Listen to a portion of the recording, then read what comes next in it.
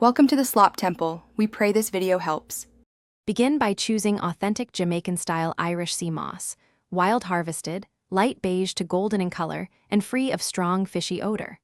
Purchase 8 to 16 ounces dry for a standard household batch so you can make 1 to 2 cups of gel. Prefer sellers listing origin, Jamaica, Puerto Rico, or St. Lucia so you know harvest practices. Avoid chemical smelling or dyed products. A small test rinse should show minimal sand. Discard any with heavy debris or slimy dark patches before soaking.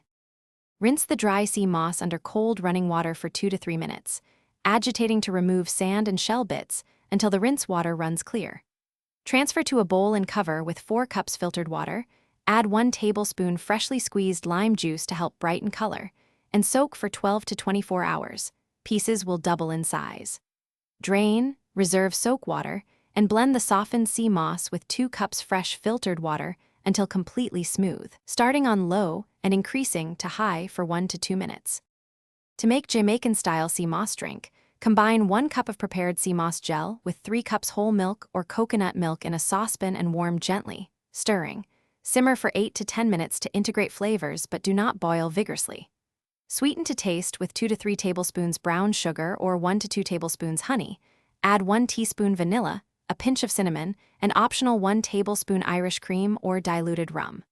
Cool, strain if needed, serve over ice, and store extra gel in an airtight container in the fridge up to 3 weeks or freeze in 1/2 cup portions. Thanks for watching. Consider subscribing if we helped you.